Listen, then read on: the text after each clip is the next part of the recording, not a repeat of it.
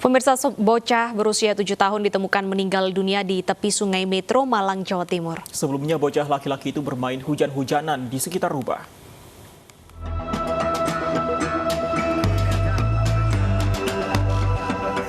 Hilang sejak Senin petang, Naban Sulfadli ditemukan dalam kondisi tidak bernyawa. Ia ditemukan di tepi Sungai Metro, Desa Jatisari, Kabupaten Malang, sekitar 10 km dari alamat rumahnya. Jenazah bocah berusia 10 tahun ini ditemukan warga yang tengah mandi di sungai. Naban sebelumnya pamit pada orang tuanya untuk bermain hujan di sekitar rumahnya. Jam setengah 6-an ya, berapa itu? Kalau ada pulang itu butuh saya, butuh itu. Itu terus saya cari muter-muter sampai ketemu tadi pagi. Jenazah disemayamkan di instalasi forensik Rumah Sakit Saiful Anwar, Kota Malang, dan kemudian dimakamkan di Pemakaman Umum Bandulan, Sukun, Kota Malang. Dari Malang, Jawa Timur, Deni Irwansyah, Ainjus melaporkan.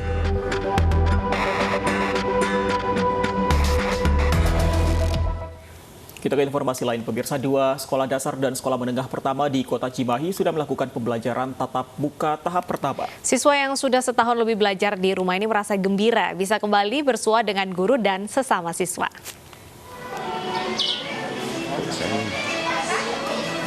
Siswa-siswi Sekolah Mandiri 3 dan SMP 10 Kota Cimahi sudah kembali mengikuti sekolah tatap muka untuk persiapan tahun ajaran baru 2021.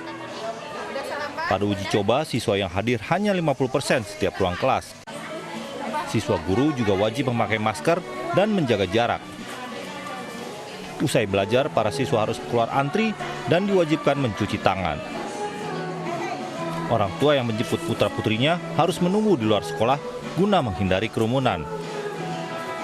Dicobakan dengan zona yang berbeda, zona TK, zona SD, dan zona SMP berdasarkan wilayah. Nah, hari ini dicoba, hari pertama, hari terakhir ini dicoba SD dan SMP dilakukan bersama, dan ternyata alhamdulillah saya lihat dari pagi tidak terjadi kredit. Kita lihat nanti pas pulang. Uji coba belajar tatap muka bagi sekolah dasar dan SMP di Cimahi digelar secara serentak awal pekan kemarin. Guru SD dan SMP yang sudah divaksin boleh mengikuti simulasi. Dari 114 SD yang ada di Kota Cimahi, sudah 102 dan 37 SMP yang siap gelar sekolah tatap muka pada bulan Juli mendatang. Dari Cimahi, Jawa Barat, kontributor Ainus Yuwono melaporkan. Nah, pemirsa, meski sejumlah sekolah dasar sudah mulai menggelar simulasi dan siap pembelajaran tatap muka, namun sejumlah orang tua siswa ini masih khawatir buah hatinya bersekolah di masa pandemi. Ya, di Cilandak, Jakarta Selatan, sebuah sekolah hadir dengan membawa konsep berbasis digital dengan metode pembelajaran virtual. Kita berdoa dulu. Kebijakan pemerintah dalam penerapan program belajar dari rumah membawa dampak luar biasa bagi dunia pendidikan Indonesia dan menjadi tantangan tersendiri bagi siswa, guru, dan juga orang tua. Metode daring membawa inovasi pembelajaran baru, namun di sisi lain juga memberikan efek yang mengkhawatirkan, mulai dari kesenjangan infrastruktur, kualitas pendidikan, bahkan kehilangan pendidikan karakter yang sejatinya diterima murid dari pendidik di sekolah. Sebuah sekolah di Jakarta menerapkan metode pembelajaran blended learning atau campuran antara luring dan daring. Terobosan ini merupakan solusi pembelajaran menyenangkan bagi siswa agar mereka mampu menyerap ilmu dari setiap kegiatan belajar daring yang mereka lakoni. Konsep ini pada dasarnya bertujuan untuk menghadirkan fleksibilitas pembelajaran yang tidak pernah dirasakan murid sebelumnya. Awal Sekolah Murid Merdeka didirikan, itu sebetulnya kami sudah menginisiasi jauh sebelum pandemi ya. Jadi dari dulu kami sudah percaya bahwa sistem blended learning atau gabungan antara online dan offline dan tatap muka langsung itu merupakan ciri khas pembelajaran di masa depan. Jadi dari awal kita sudah percaya gitu ya bahwa pembelajaran di masa depan memang ada penggabungan antara online dan offline. Metodologi pendidikan yang diterapkan harus menghadirkan solusi bagi murid agar pembelajaran jadi menyenangkan, bukan menakutkan dan membosankan. Penggunaan gadget sebagai media pembelajaran menjadi keunggulan tersendiri karena siswa bisa bebas menentukan jadwal, kapan mengakses kelas daring dan dari mana ia mengaksesnya. Dari Jakarta Selatan, dan Helmi Sojambati, iNews melaporkan. Kita beralih ke informasi lain, pemirsa, seorang gadis di bawah umur menjadi korban penyekapan dan penganiayaan di rumah indekos di Ciputa, Tangerang Selatan, Banten. Diduga pelaku merupakan pasangan suami istri dan menyekap korban untuk dijual ke pria hidung belang.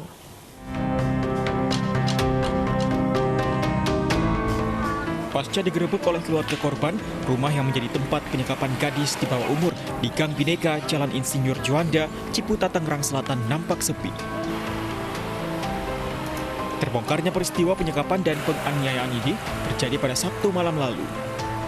Bermula saat korban berinisial A, berusia 16 tahun, berhasil menghubungi kakaknya melalui pesan singkat dan memberitahukan posisinya. Setelah mendapatkan pesan, kakak bersama ayah korban bergegas mendatangi lokasi yang dimaksud yang ternyata merupakan rumah indekos. Pelaku yang melihat kedatangan ayah dan kakak korban mengatakan bahwa korban tidak ada dan tidak tahu di mana keberadaannya. Namun, di saat yang bersamaan terdengar suara jeritan korban dari dalam lemari.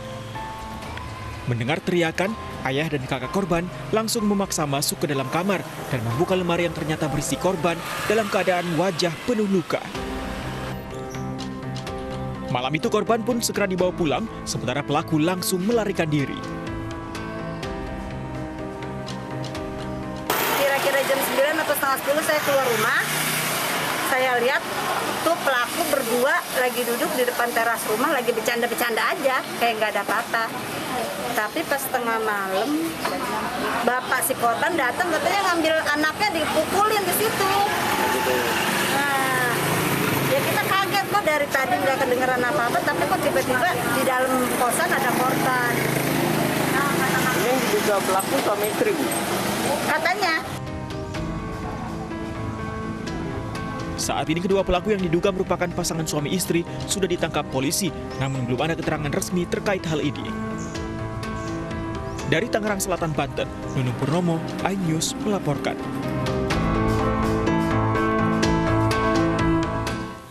Dan untuk membahas fenomena perdagangan anak di bawah umur yang masih kerap terjadi di Indonesia, sudah bergabung bersama iNews Siang Komisioner KPAI Ibu Retno Listiarti. Selamat siang, Ibu Retno. Selamat siang.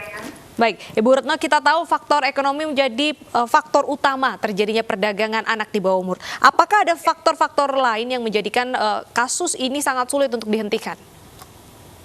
Iya, kalau berdasarkan data ya, kalau di Januari sampai dengan Mei 2021 saja, sebenarnya polisi itu sudah mengungkap begitu banyak praktek-praktek prostitusi dan anak dilacurkan. Mungkin kasus ini mirip ya, karena selain eksploitasi anak, baik secara ekonomi pun sosial, anak juga diduga akan diperdagangkan. Tadi dengan keterangan bahwa nggak ada anaknya dan nggak tahu di mana, itu kan ada upaya akan dipindah, artinya akan dijual gitu ya. Nah kemudian juga kasus macam ini sudah terungkap itu sampai 500 korban ya kalau tahun ini. Dan dari 500 korban itu sekitar 30 sampai 40%-nya adalah usia anak. Ini kan usianya 16 tahun ya. Jadi kemungkinan ya kami tidak tahu karena kita juga belum mendalami ya, belum berkoordinasi dengan kepolisian. Tetapi kalau nanti sudah tertangkap, tadi sudah dibilang tertangkap, tentu kita bisa koordinasi karena korbannya anak. Nah, kalau berdasarkan ini sebenarnya bisa ditelusuri ya, apakah anak ini tiba-tiba ke sana tuh dengan cara apa? Kalau yang di dalam kasus prostitusi online itu kan modusnya dipacari ya, dipacari oleh mucikari, kemudian dia juga dicabuli, pada saat dicabuli direkam ya dengan dengan handphone gitu, divideokan, lalu setelah itu diancam kalau tidak mau menuruti apa yang dimaui pelaku, maka dia itu akan disebar video itu. Nah ini yang sebenarnya praktek yang terjadi. Kalau kasus ini nampaknya ya saya duga nih mau cari kerjaan. Nah kemudian ternyata kasusnya seperti ini gitu ya. Jadi anak korban ini ternyata tadi disekap, bahkan sempat di lemari tadi ya ketika dicari, dan juga mengalami kekerasan. Berarti kan korban sebenarnya melawan gitu ya. Apa yang akan terjadi pada dirinya tuh dia lawan gitu, dan itu kemudian berhasil gitu ya. Dengan dia meminjam handphone ya kalau nggak salah, dengan orang yang akan mengencani dia gitu ya. Ini kan artinya memang ada dugaan kuat dia akan dieksploitasi secara ekonomi dan seksual. Baik. Apa yang harus dilakukan, Bu Retno, oleh anak-anak tersebut yang awalnya mungkin dijanjikan sebuah pekerjaan, namun pada akhirnya ternyata akan dieksploitasi, Bu Retno? Iya, ini kasusnya memang kalau tahun ini saja cukup tinggi ya, 60%. Memang korban yang anak dilacurkan atau prostitusi melalui prostitusi online maupun tidak, itu jumlah yang sekolah itu 60%. Jadi anak itu dalam kondisi sekolah, jadi dia dijebak kan, itu memang kondisinya. Tapi 40% itu putus sekolah. Nah yang putus sekolah ini sebenarnya mencari kerja. Nah jadi ini kalau mau melihat pola ini, maka ada dua hal yang mesti diantisipasi gitu. Yang pertama adalah untuk anak-anak yang masih anak dan akan menjadi pekerja anak ya, untuk membantu mungkin ekonomi keluarga gitu ya, misalnya kasus-kasus seperti itu. Nah ini penting untuk tidak mudah melepas begitu saja, apalagi dengan iming-iming gaji besar yang nggak masuk akal. Itu harus dicurigai. Tapi kalau untuk anak-anak ini kan sekarang semuanya belajar dari rumah. Nah kemudian mereka tuh online-nya adalah internet tuh benar-benar dia gunain. Nah di sini ada kemudian jadi kenalan dengan predator anak. Nah lalu kenalan, akhirnya kok temu darat, kemudian dipacari ya setelah berbulan-bulan pendekatan, kemudian temu darat. Nah ketika ketemu itu ternyata langsung diculik dan mengalami pemerkosaan ya, artinya dicabuli gitu. Nah ini kalau menggunakan ini seharusnya berlapis ya, pasal-pasal yang digunakan termasuk kasus anak ini. Anak ini mengalami kekerasan tadi, penganiayaan, bisa kasus penganiayaannya kena, kemudian upaya untuk tadi ya memperdagangkan, hendak mencoba menjual gitu ya. Nah ini juga yang bisa digunakan dalam pasal Undang-Undang Perlindungan Anak. Oke, Bu Retno, menurut pandangan dari KPAI sendiri, apa yang menjadi tantangan terbesar dalam menumpas sindikat perdagangan anak di bawah umur? Ya ini sebenarnya faktor keluarga juga perannya besar ya. Artinya gini loh, negara itu sudah hadir dengan berbagai regulasi, termasuk misalnya kepolisian itu ya, kami mengapresiasi sekali karena cybercrime-nya polisi itu melakukan patroli cyber secara terus-menerus sehingga terungkap perdagangan yang melalui media online ini. Yang kedua, itu artinya negara udah hadir. Nah, yang perlu hadir lagi sebenarnya adalah orang tua, keluarga. Jadi anak-anak yang mengalami terjebak dalam prostitusi online dengan modus dipacarin oleh pelaku itu ternyata mereka adalah anak-anak yang gundah gitu. Jadi mereka di media sosial curhat problem yang dia alami di rumah, kemudian ditangkap oleh predator anak, didekati gitu ya. Nah lagi butuh kasih sayang, tiba-tiba ada orang yang memperhatikan. Nah ini kejebak. Jadi penting sebenarnya dalam kondisi ini, kita memang stres ya, kondisi pandemi, tapi anak-anak kita tentu jauh lebih tertekan. Jadi penting tetap menjaga harmonisasinya ya di keluarga, dan keluarga tuh harus hangat menjadi tempat bagi anak yang nyaman sehingga dia nggak perlu cari tempat lain. Nah itu juga peran keluarga di sini menjadi sangat penting gitu ya, termasuk mereka yang cari kerja tadi ya, itu juga penting bagaimana keluarga tidak mudah melepas anak apalagi dengan iming gaji besar.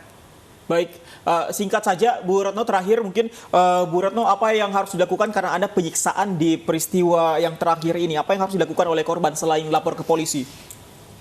Yang pertama tentu tadi sudah lapor secara hukum ya, nanti polisi juga akan membantu rehabilitasi psikologis dengan membantu lembaga layanan. Tapi nanti KPAI juga bisa melakukan pengawasan baik kepada kepolisian maupun nanti memastikan anak mendapatkan hak rehabilitasi psikologisnya maupun hak rehabilitasi medis yang semuanya menjadi tanggungan bagi pemerintah daerah. Jadi lembaga layanan di daerah wajib memenuhi ini berdasarkan Undang-Undang Perlindungan Anak. Nanti kami akan memastikan itu. Baik, peran keluarga juga penting ya dalam kasus ini, dan yang terpenting dalam upaya menangani perdagangan anak manusia selain regulasi dari pemerintah, peran keluarga sangatlah penting. Terima kasih Ibu Retno sudah bergabung bersama kami di iNews Siang. Pemirsa, usai jeda berikut kita punya informasi terkait dengan ratusan warga di zona merah yang divaksinasi. iNews Siang kembali dengan informasinya usai jeda.